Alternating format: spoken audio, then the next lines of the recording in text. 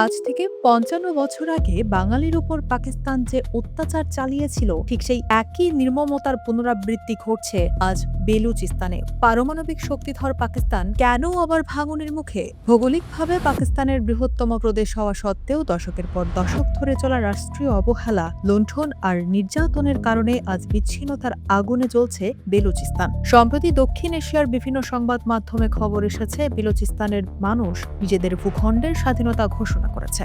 অসমর্থিত সূত্র মতে, বালুচরা নিজস্ব জাতীয় সঙ্গীত, পতাকা ও মুদ্রা প্রকাশ করে তাদের সার্বভৌমত্ব জানান দিচ্ছে। স্বাভাবিকভাবেই প্রশ্ন উঠছে, পাকিস্তানের মতো একটি পারমাণবিক শক্তিধর দেশের কাছ থেকে কেন মুক্তি চাইছে বেলুচিস্তানের মানুষ? এই প্রশ্নের উত্তর লুকিয়ে আছে আমাদের নিজেদের ইতিহাসে। বাংলার মানুষ কেন ৭১-এ পাকিস্তান থেকে মুক্তি চেয়েছিল তার গভীরে।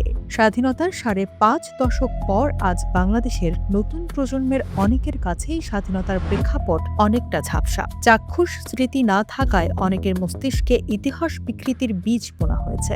যারা ৩০ লাখ শহীদের আত্মোৎসর্গ আর ২ লাখ মা বোনের সম্ভ্রম বিসর্জনের ইতিহাসকে চক্রান্ত বলে অপপ্রচার করে, তাদের জন্য উপযুক্ত থেরাপি হতে পারে আজকের বেলুচিস্তানের বাস্তবতা।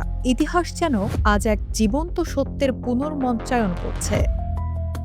বাংলাদেশ কেন পাকিস্তানের করাল গ্রাস থেকে মুক্ত হতে চেয়েছিল?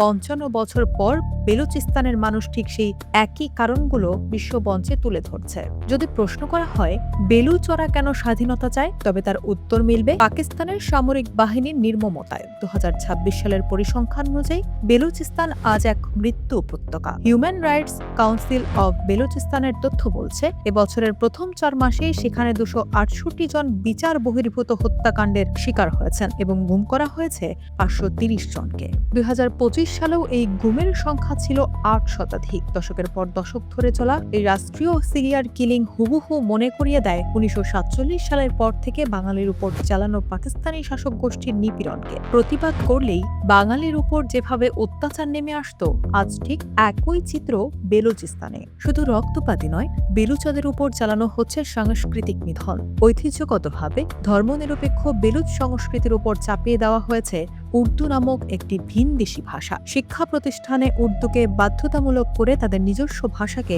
মুছে ফেলার চেষ্টা চলছে, ঠিক যেভাবে ১৯৪৮ সালে জিন্নাহ ঘোষণা করেছিলেন উর্দু এবং একমাত্র উর্দুই হবে পাকিস্তানের রাষ্ট্রভাষা। কিন্তু বাংলার বীর সন্তানেরা ১৯৫২ সালে জীবন দিয়ে সেই ষড়যন্ত্র রুখে দিয়েছিল।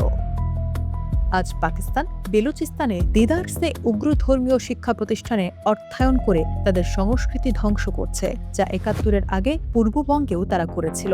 অর্থনৈতিক শোষণের দিক থেকেও বেলুচিস্তান যেন ৭১-এর পূর্ব পাকিস্তান। তামা, সোনা আর গ্যাসের মতো বিপুল প্রাকৃতিক সম্পদে সমৃদ্ধ হওয়া সত্ত্বেও বেলুচিস্তানের প্রায় ৪৭% মানুষ আজ দারিদ্র্য সীমার নিচে বাস করে, যা পাকিস্তানের জাতীয় গড়ের প্রায় দ্বিগুণ। অতীতের ইতিহাস ঘাটলে দেখা যায় ১৯৫৪ থেকে ১৯৬৫ সালের মধ্যে আসা মার্কিন সামরিক ও বৈদেশিক সহায়তার প্রায় ৭৭%ই ব্যয় করা হয়েছিল পশ্চিম পাকিস্তানে, অথচ সিংহভাগ রাজস্ব আসত পূর্ব পাকিস্তান থেকে। আজ বেলুচিস্তানের সম্পদ লুটে নিয়ে পাঞ্জাবকে সমৃদ্ধ করছে পাকিস্তান, আর বালুচরদের রাখছে চরম দারিদ্র্যে।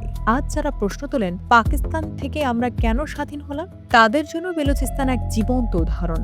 ভৌগোলিক অবস্থান ছাড়া বেলুচদের বিরুদ্ধে পাকিস্তানের শোষণের কৌশল, অস্ত্র আর অত্যাচার একদম এক। আজ যদি বাংলার মানুষ সেদিন স্বাধীনতা অর্জন করতে না পারত, তবে এই নির্মমতা, এই গুম আর খুন আজ আমাদের উপরও একইভাবে বজায় থাকত। বেলুচিস্তানের রক্তক্ষয়ী সংগ্রাম আসলে আমাদেরই ফেলে আসা ইতিহাসের এক আয়না। তামা, সোনা আর গ্যাসে সমৃদ্ধ হয়েও বেলুচিস্তানের ৪৭% মানুষ কেন চরম দরিদ্র? কেন পাকিস্তানের কাছ থেকে স্বাধীনতা চাইছে তারা? কারণ বেলুচিস্তান আজ এক মৃত্যু উপত্যকা। শুধু ২০২৬ সালের প্রথম কয়েক মাসেই সেখানে শয়ে শয়ে মানুষকে গুম ও বিচার বহির্ভূতভাবে হত্যা করেছে পাকিস্তানি সেনাবাহিনী। জোর করে ভাষা চাপিয়ে দেওয়া, সম্পদ লুট আর রাষ্ট্রীয় হত্যাকাণ্ড ৫৫ বছর আগে ঠিক এই কাজগুলোই করা হয়েছিল আমাদের উপর। বেলুচিস্তানের বর্তমান পরিস্থিতি আসলে ১৯৭১ সালের বাংলাদেশেরই পুনরাবৃত্তি। আজ আমরা স্বাধীন না হলে আমাদের পরিণতিও হতো ঠিক বেলুচিস্তানের মতোই।